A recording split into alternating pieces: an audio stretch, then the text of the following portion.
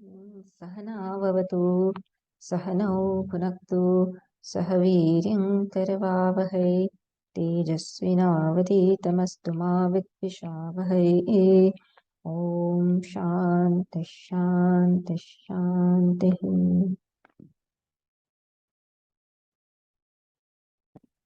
So we will see the verses 51 to 60 today, and let us start praying Lord Arunachala.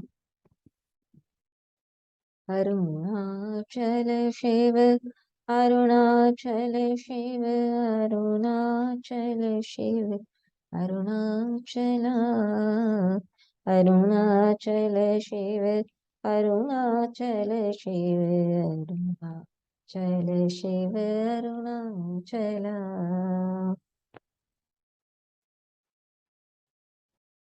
So let's read these verses first, the verses 51 to 60, and then we will go in detail. Unless thou extend thy hand of grace and mercy and embrace me, I am lost, O Arunachala.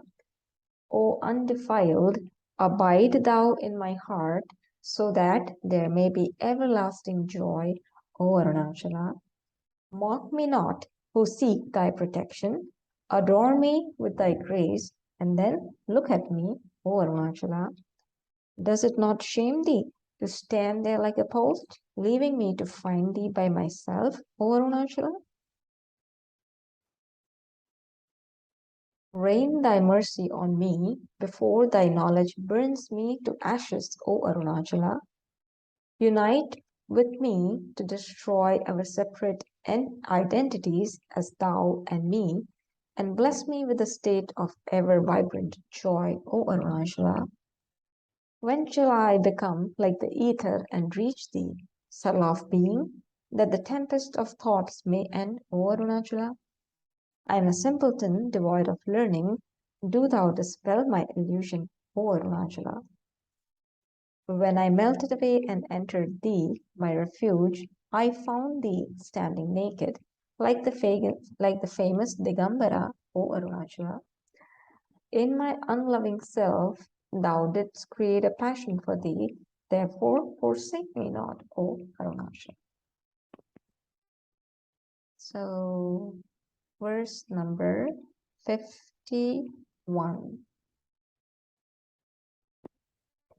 Unless thou extend thy hand of grace in mercy and embrace me, I am lost, O Arunachala. So here, what is talked about? The Sparsha Diksha is being talked about, says the commentator. So a guru initiates a shishya in couple of different ways. It can be just by a glance of the eye, just by a gaze, or by a touch, or by giving a mantra. So there are a couple of different ways of initiation into this spiritual pursuit. And so here this devotee is asking Lord Arunachala, please Lord, touch me with your hand and initiate me into this spiritual pursuit, into this learning. And what is the spiritual pursuit? Into this pursuit of knowing you as I, knowing the true nature of myself, knowing the true nature of Bhagavan Arunachala. So do initiate me with thy touch, O Lord Arunachala. This is the request that the Bhakta here, Bhagavan Raman Maharshi, is asking, is requesting Lord Arunachala.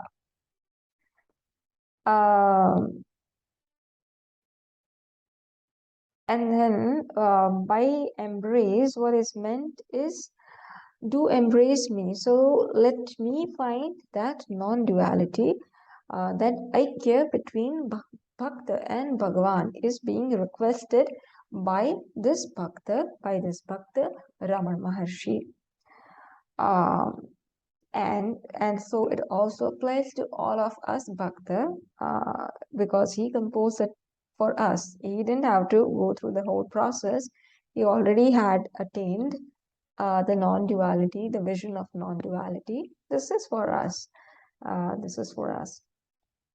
So we can see the devotee is intensely craving and longing for God, and she feels, this bride, Ramana Maharshi feels that she would be devastated, she would be destroyed if God doesn't come and protect her, rescue her, bless her, uh,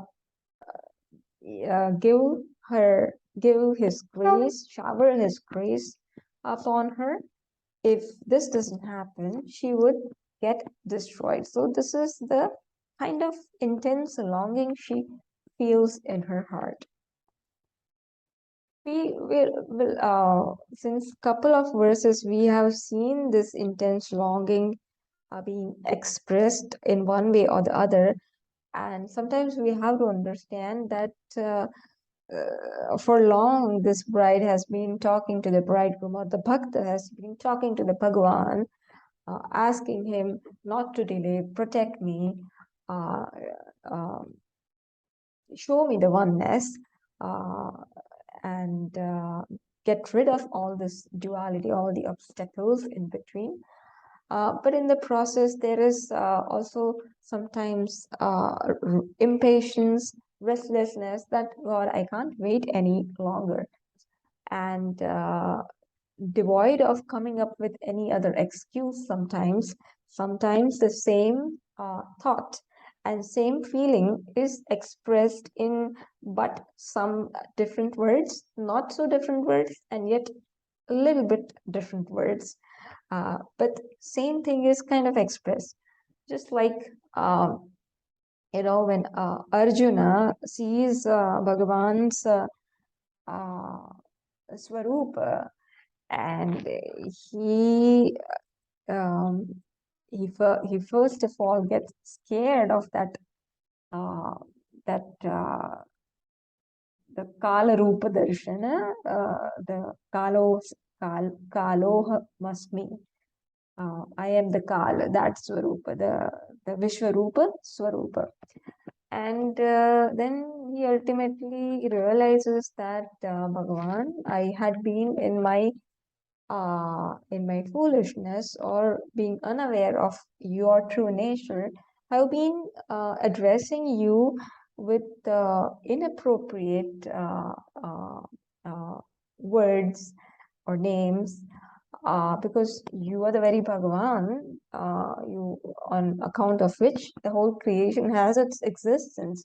So having realized that, then Arjuna offers his salutations to Bhagavan, that Bhagavan, please accept my salutations. I salute you from the front, from the back, etc., etc. So it just shows Arjun's devotion, as well as his helplessness of not being able to express something that he is feeling very intimately, uh, something right in front of him, yet something that cannot be described. And so also here, this bhakta, how can he express the longing, the intense desire he has to meet Arunachala, to be one with Arunachala? Sometimes the same thought is also expressed in a little bit tone, a little bit different words. So in that verse 51, we saw this intense longing of the Bhakta, and on account of which the Bhakta is asking for Bhagavan to initiate him into this spiritual pursuit, into the knowledge of non-duality with the Bhakta and Bhagavan, between Bhakta and Bhagavan, and embrace me, meaning that let me uh, let me know this as my very self. Let me know this vision of non-duality as my very self. Um, let me know Arunachala as my very self, that Brahman is not different than me. This is what embracing me means. Because right now I'm lost. So only when you shower grace on me, this is going to happen, that this knowledge of non-duality uh, will dawn upon me, and I will abide in that knowledge, even only through that grace of yours. So this is the request that the Bhakta is doing in this verse 51. Then 52, O undefiled, abide thou in my heart, so that there may be everlasting joy, O Arunachala. So who is Bhagavan? Nitya Shuddha Buddha. So Bhagavan here is addressed as undefiled. Bhagavan, you are Shuddha, devoid of any impurities. And such Bhagavan as you, who are devoid of any impurities, you please abide in my heart. And what will happen when you abide in my heart? My heart will be filled with everlasting joy. So this is what, and which is what I have always wanted, which is why I'm approaching you. And so you, Bhagavan, who are of the nature of Shuddha, who are of the nature of Shuddha, which is devoid of any impurities, you please abide in my heart. So Bhagavan here is described as Shuddha. So how should we contemplate on Arunachala, on Bhagavan as Shuddha, without any impurities? And in what way? Even if there are impurities, the impurities do not touch the Bhagavan. In this way, Bhagavan is Asanga. In that way, he is also a Shuddha. Like in this text called Sankshep Shariraka, these words are explained very beautifully, how each of these words, when we describe God through each of these words as Nitya, Shuddha, Buddha, Mukta, it technically leads to the other. Meaning, for to call God as Nitya, that definition of Nitya has to include the concept of Shuddha as well. Because if that Nitya is not Shuddha, meaning that it is Ashuddha, then it cannot be that something is Nitya, eternal, as well as Ashuddha. Because whatever is Ashuddha, has impurities, is prone to perishing, and what is prone to perishing is Anitya. So in that way, in that text called Sankshep Sharirak, this is very beautifully explained how each of these words incorporate the idea of the other concept. So Nitya incorporates Shuddha, Shuddha incorporates Buddha, all-knowing, Buddha incorporates Mukta. So all these, especially when we are referring these words for Brahman. When these things are referred for Brahman, then this is how these words, these concepts should be understood as. So here Bhakta is praising Lord Bhagavan. How are you? You are Shuddha. You are free from impurities.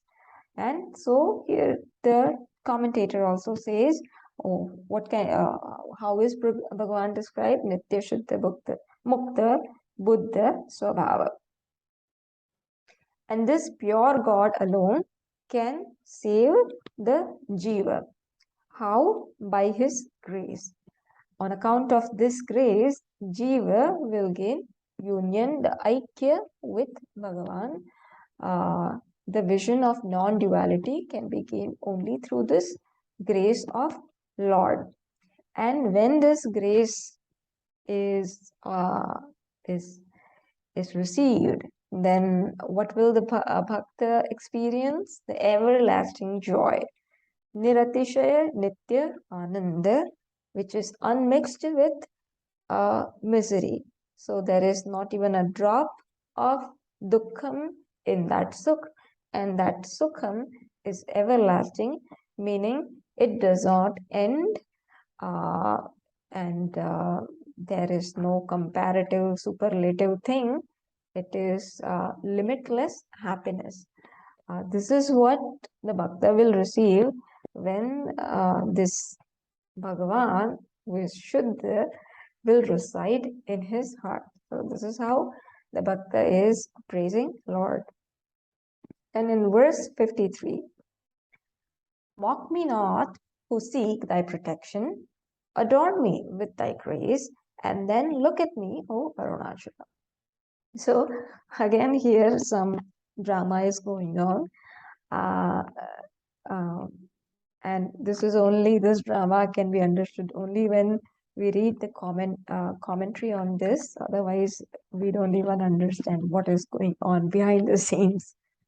So what the commentator is telling here is that God should not reject the jiva, thinking that she is very plain looking, she is unadorned, etc.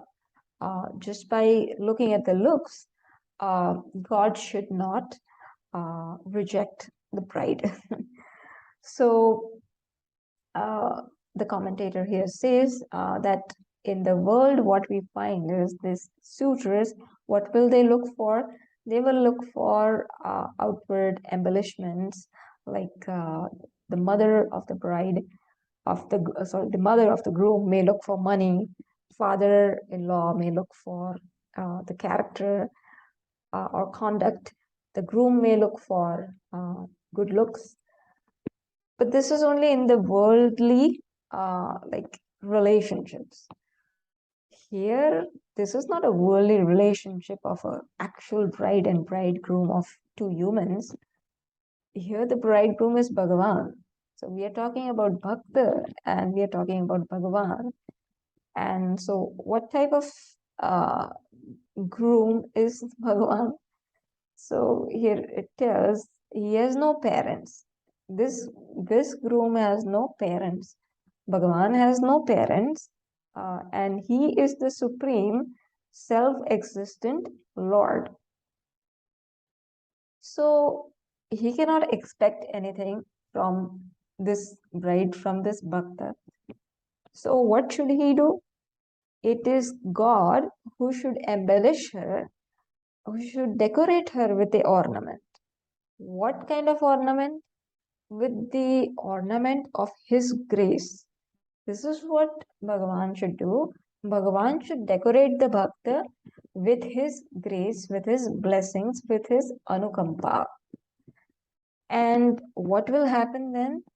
When so decorated, when the bride is so decorated, when the bhakta is so decorated with Bhagavan's grace, with Bhagavan's anukampa, then she would become fit. The bhakta would become fit to be accepted by Lord. And then the Lord cannot look at the bhakta and say that you have this defect or that defect. So this grace, this ornament of grace given by Lord will make her fit to be accepted in the eyes of the Lord and to become one with the God and to see that vision of oneness with God. So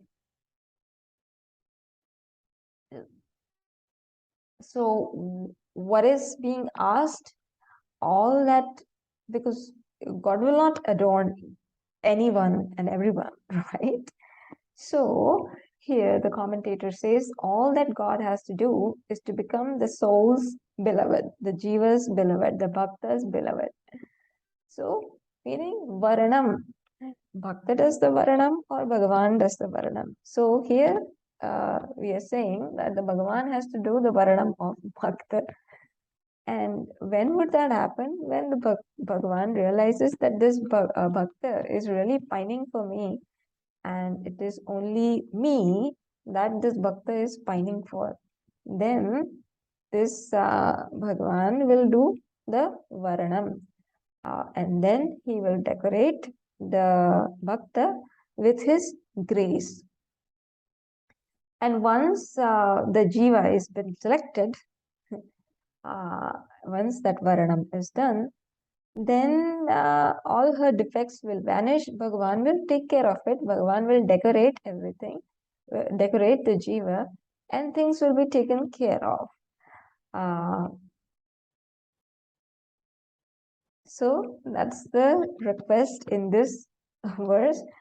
Bhakta is requesting Bhagavan to decorate her how with the ornament of grace. Then in the verse 54, does it not shame thee to stand there like a post, leaving me to find thee by myself, O Arunachala? So again, the Jew quarrels with Bhagavan that how come you're still standing here like a post? You're not doing anything. I have been talking and requesting and quarreling all this time. And here you are standing before me, doing nothing, not responding, and just standing like a post. So the Bhakta, not seeing any response from the Lord, she rebukes Lord for not responding. And I guess there's another meaning as well, which is given here, that also the inner meaning is that Lord is not different. Lord is not other than the Bhakta. And there is no difference between the seeker and the sought. So the soul on a so why am I, if there is no difference between seeker and sought, why is this division that I'm seeing? That is an illusion that I entertain right now, which is on account of avidya, which is on account of Maya, the Shakti of Bhagavan, Brahman, meaning the Shakti that exists on account of Brahman, the Shakti that has its basis in Brahman. So it is on account of this Maya, avidya, that the soul thinks Bhagavan is different from me. The Bhakta thinks Bhagavan is different from me. Then what happens? Through inquiry, through vivek, through vichara, the soul discovers the oneness between Bhakta and Bhagavan. It discovers the vision of non-duality. And so she discovers that he had all along always been the inner reality, meaning herself. So this is what she discovers. So there are both readings. I just want to see if this gives actually another. Okay, yes. So here the two readings are, does it not shame thee to stand aloof there like a post, even when I have approached thee of my own accord, O Arunachala? Or the second reading is, when I approached thee without shame, thou stoodst unmoved at one with me, Arunachala.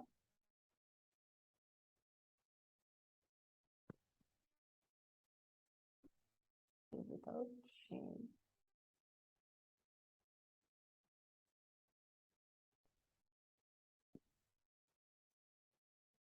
Anyways, how this fits, I still don't know. This is what the commentator says. this the first meaning, it made more sense to me that it's actually the bhakta is rebuking Bhagavan for not responding. That is more, it's coming out more readily, that meaning. But then there's also this other meaning, and perhaps it is because this composition was originally in Tamil, so perhaps in the translation it is not coming out entirely. But they also say that this could be the second meaning, that initially I took you to be separate from me. Why? Because of delusion, and on inquiry, I found this oneness between you. Um, Perhaps that is why uh, it is Arunachala is it's compared with a post. I am not sure, but so these are the two interpretations. Then we'll go to verse 55. Rain thy mercy on me, for thy knowledge burns me to ashes, O Arunachala. So here the relationship between bhakti and gnana is being brought about, that this ultimate reality, that Brahman or Arunachala, is of the nature of knowledge. And what does knowledge do? Knowledge burns all the cause and the effect, the ignorance as well as effects of ignorance. So knowledge of Brahman burns away all the karma, which are the effects, and with its cause, which is agnanam or avidya. So, rain thy mercy on me before thy knowledge burns me to ashes. So, this is thy knowledge burns me to ashes. This is being talked about. This is gnanam. So, this is what the gnanam will do. What will it do? Burn me to ashes. Ashes meaning there will be no residue. It will burn me to ashes. Also, the sacred ash is a symbol of the result of burning away of all the effects of avidya, of ignorance, which is ignorance, ego, ahankara, everything, ark and ahankar, ego, avidya, kama, karma. All of these gets destroyed. So this ash represents the burning of all of these effects, the avidya, kama, karma, etc. All of these gets burned. This is what is meant by burning to ashes. So basically, burning without any residue, burning the effect along with the cause. So when the cause is not there, the effects will not remain. So it gets reduced to ashes in the fire of knowledge. Okay, so this is what knowledge does. But when will it do this? So rain thy mercy on me before thy knowledge burns me to ashes. So before this gnanam happens, I will have to become fit to be able to receive this gnanam. And for that, what needs to be done? O Arunachala, for that I need to be drenched by thy mercy. I need to be drenched by your devotion, by your love. This is what will make me fit to receive that knowledge, which will enable to burn everything, to burn the cause of samsara along with the effect of the samsara. So the ego must be fit to receive the burning, and for this it should get drenched in the rain of grace of Arunachala. And this devotion towards Arunachala is what accomplishes this preparatory task, uh, so that one can receive this grace, as well as then consequently one receives gnanam, one receives knowledge. So in this way, path of knowledge becomes easy with to tread for a devotee who has received the grace of Lord. So one who has devotion, for him receiving the grace of Lord becomes easier. And once he has received the grace of Lord, this path of knowledge also becomes easier. So then verse 56, unite with me to destroy our separate identities as thou and me, and bless me with the state of ever vibrant joy, O Arunachal. So, because we are talking the language of bride and bridegroom, and the ultimate culmination is in that Aikya, which here we understand it as non-duality between Bhakta and Bhagavan. So this final culmination of this analogy of bride and bridegroom, this bridal mysticism, as they describe here, is the realization of non-duality between this Bhakta and Bhagavan. So, this desperation of the Bhakta to be united, because Bhakta doesn't want to preserve his or her individuality. They want to merge into Bhagavan. They want to surrender. They have surrendered. They want to surrender completely, and they want to give up their identity and be lost in that wholeness, in that samashti, in Bhagavan, in Arunachala, in Brahman. So the devotee does not desire to preserve her individuality, and the consciousness of I and thou will perish. So this I and you, this concept of Bhakta and Bhagavan also will persist only until a certain point. Then there will be a time when the Bhakta will be fed up of even uh, this uh, this separation, and he or she would just long for that oneness, and that oneness is only that oneness is only experienced by the knowledge of non-duality, by understanding the mithyatva of duality, of course. So here the commentator says, when this divine love matures, no trace of difference is left. So yes, initially there is the division of Bhakta Bhagavan, but as that devotion continues to develop, mature, then that separation, then the separation between Bhakta and Bhagavan, it gets reduced, and finally there is no trace of difference.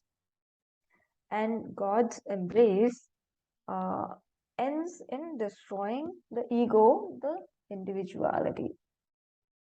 And it is only when the sense of this difference between Bhakta and Bhagavan is totally overcome that the true and eternal happiness is realized. So, Brahman is bliss, infinite alone is happiness, and as long as a sense of difference persists, there can be no happiness. So, here in verse 56, therefore, Bhakta says, unite with me, become one with me, O Lord Arunachala. I want to give up this separate identity. I want to give up this individuality of mine, which comes in way and creates this notion of you and I.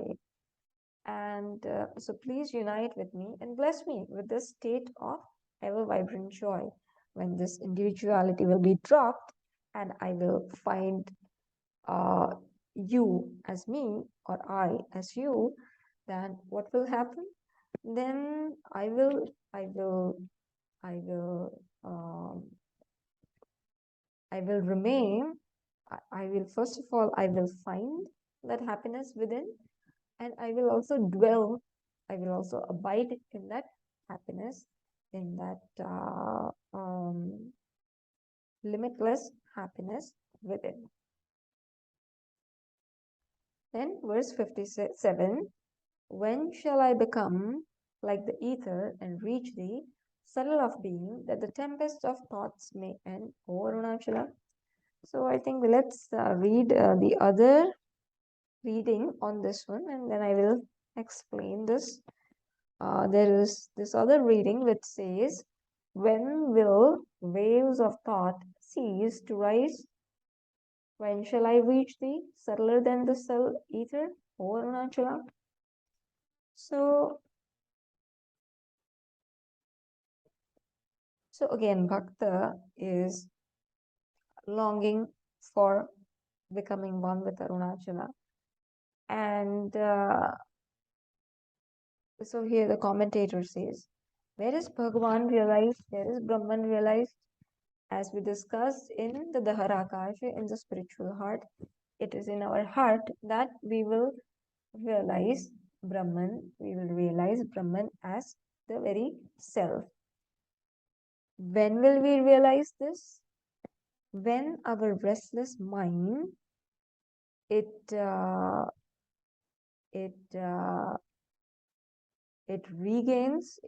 gains a certain poise of mind, and all the restlessness subsides. This is when we will uh, feel. This is when the Brahman will be realized as self in the spiritual heart, in the Daharakasha. When this restless mind subsides, when there is a poise of mind. But what is mind? It is a compilation of thoughts. It is a flow of thoughts. What is thoughts? Vritti. So there are different kinds of vritti. Like, what are the different kinds of vritti? Could be thinking, deciding, etc., etc. There could be different kind of vrittis, and all of this forms mind. All of these are thoughts. All of these constitutes mind, and these vrittis here are compared to waves, because just as the waves are violent, they come one after the other without break and just disturbing the other wave. So also these thoughts come one after the other, destroying the first thought. And so only when these waves of thoughts subside, and the mind gains a certain poise of mind, that this Brahman will, then there is opportunity to realize Brahman as the very self. It's like that water, if it is shaky, then we cannot see our reflection in the water. We can see, but it is not steady, and the reflection is constantly moving. So when we find that water steady and then see our reflection inside, then we see the reflection as is. It's more similar to the image. So only in such a mind which has a certain poise, we can see the Brahman as is, the true nature of Brahman. And we can see ourselves as well as it is in its true nature. So here the devotee is praying that, mind, please be still and know that I'm God.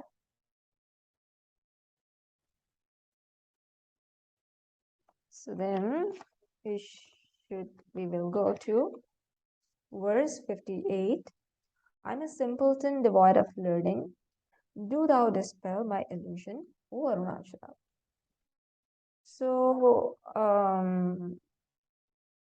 what is it that is being taught? I'm a simpleton devoid of learning.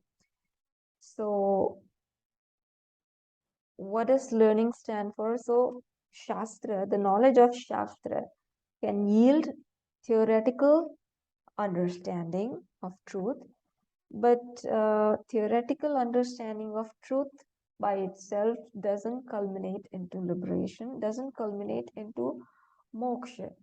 So that point here is being made that I am such a person who doesn't even know this Shastra. Even for those who know this Shastra, uh, just knowing the Shastra doesn't lead to liberation, doesn't lead to moksha. Then what is it? It is the vision of non-duality that alone constitutes liberation. Okay, so how do you gain that?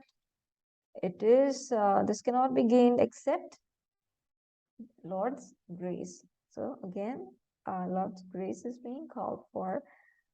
God, these Shastras, people study and study, but it's mere words do not lead to liberation. So what do I ask for? I ask for your grace, Lord.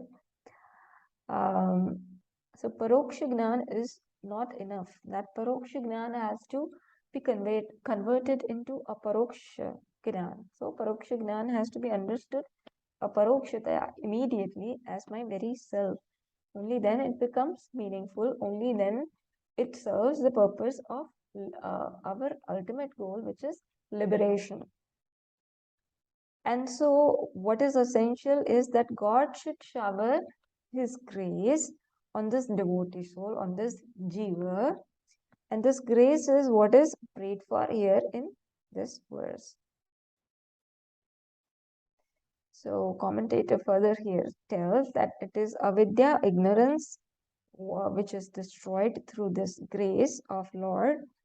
And so, the grace here is equated with the same uh, same value or a higher value than the knowledge which reveals non-duality, or same as the highest knowledge which reveals non-duality.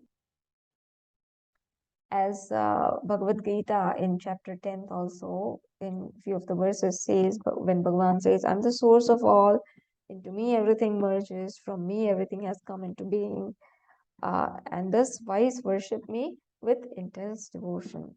They fix their mind on me, and all of their life revolves around me. They are dedicated to me and enlightening one another by speaking about me. So basically, all their activities are also related to me.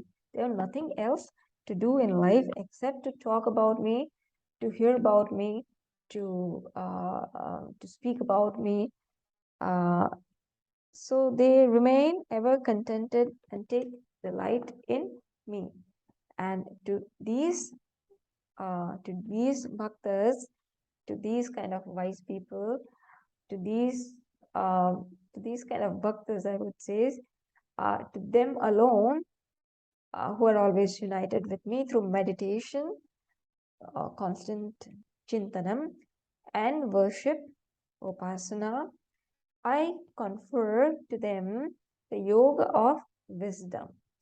So, to those who are constantly connected with Bhagavan in their mental activities or through their physical activities, to them alone, Bhagavan bestows uh, this wisdom, this yoga of wisdom, bestows knowledge, the grace in the form of knowledge, through which they attain me, meaning they understand the non-duality between Bhagavan and Bhakta, between Arunachala and Bhakta, between me and uh, the non-duality between in that persists in the world.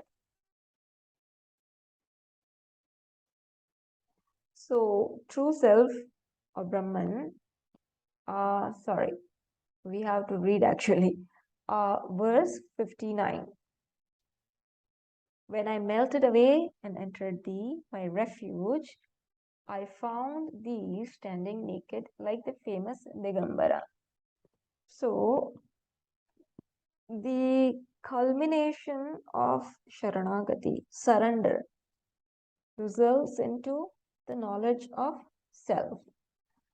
And here, the melting away, what is being talked about? The ego, the individuality, when it is melted away, when that has been melted away, when the false self, the ego, has been destroyed, melted away, then the true self, which is Brahman, is realized.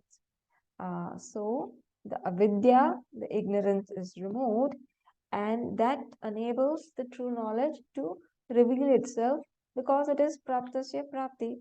So when I melted away, the individuality melted away, how did I melt away? When I entered thee, when I surrendered unto you, taking you as my refuge. Then what did I found? Then that self-existing Brahman revealed itself. How? I found you naked. What does that mean?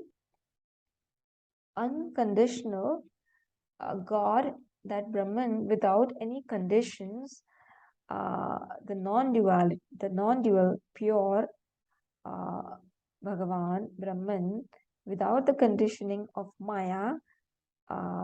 This is how I found you, and not as different from me, as my very self. This is how I found you, Bhagavan. So all this conditioning, what about all these conditioning that I had been that I looked so far?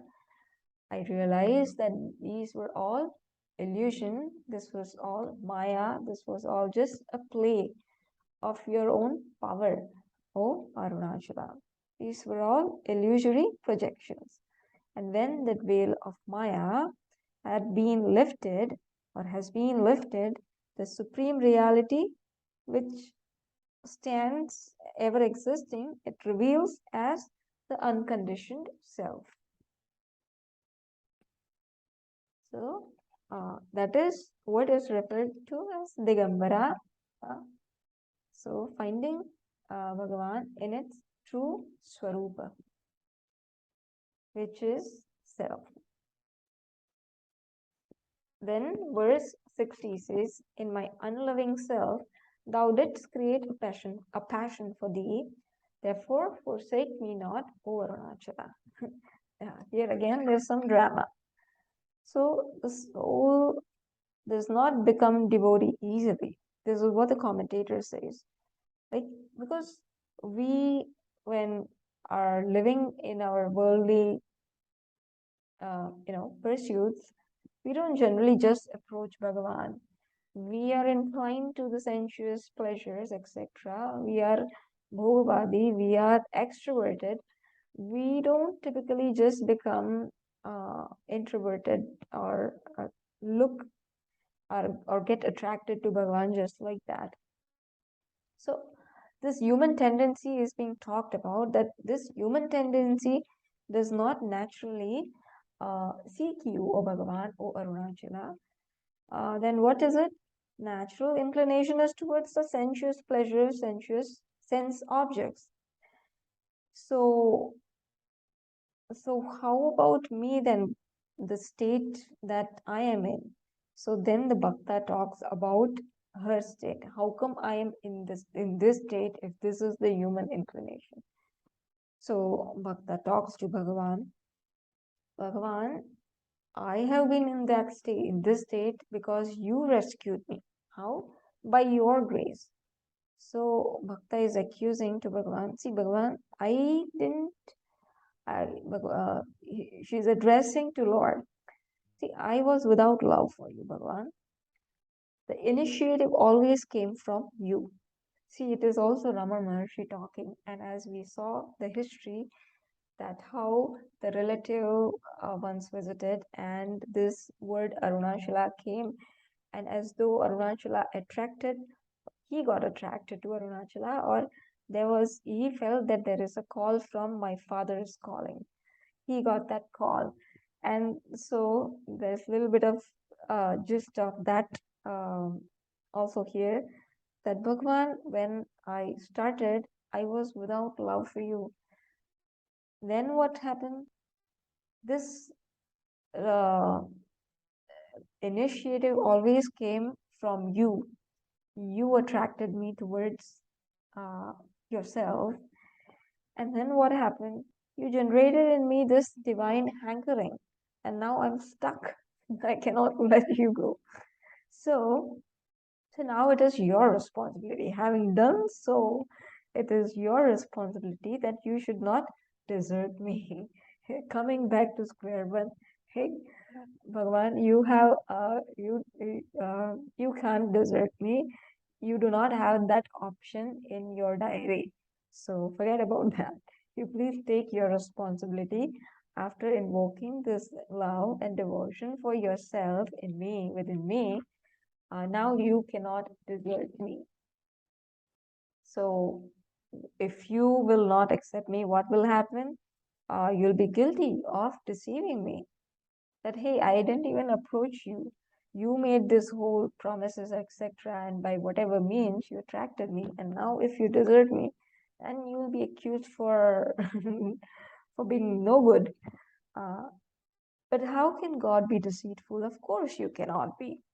So again, it shows the Jiva's intense longing for Bhagavan and her impatience regarding this delay, and for which she is coming up with various excuses and various plots, I guess. Uh, so this Lord's play of hide and seek, what is it meant for? To make this longing in the Bhakta more intense. This desire to become one with Bhagavan more intense, because only when that intensity of becoming one with Bhagavan, it increases, it becomes very strong, then there is value, then there is that single pointed commitment, then that Varanam becomes, actual, the exclusive Varanam, I guess. Uh, so this is why God also sometimes plays this hide and seek game to make this devotion and love in the heart of devotee very strong, at the exclusion of everything else. And so that's the play that is going on till now. And I think we'll take a stop here, and next session we will look the verses 61 to 70. Okay, we'll conclude with a prayer. Arunachala Shiva, Arunachala Shiva, Arunachala Shiva, Arunachala, Arunachala Shiva, Arunachala Shiva, Arunachala Shiva, Arunachala, Arunachala Shiva. Arunachala Shiva, Arunachala Shiva, Arunachala, Arunachala Shiva, Arunachala Shiva, Arunachala Shiva, Arunachala. Om Purnamada Purnamidam Purnat Purnamudachyate Purnasya Purnamadaya Purnameva वशिष्यते Om Shanti शांति शांति हरि ओम श्री गुरुभ्यो नमः हरि ओम हरि ओम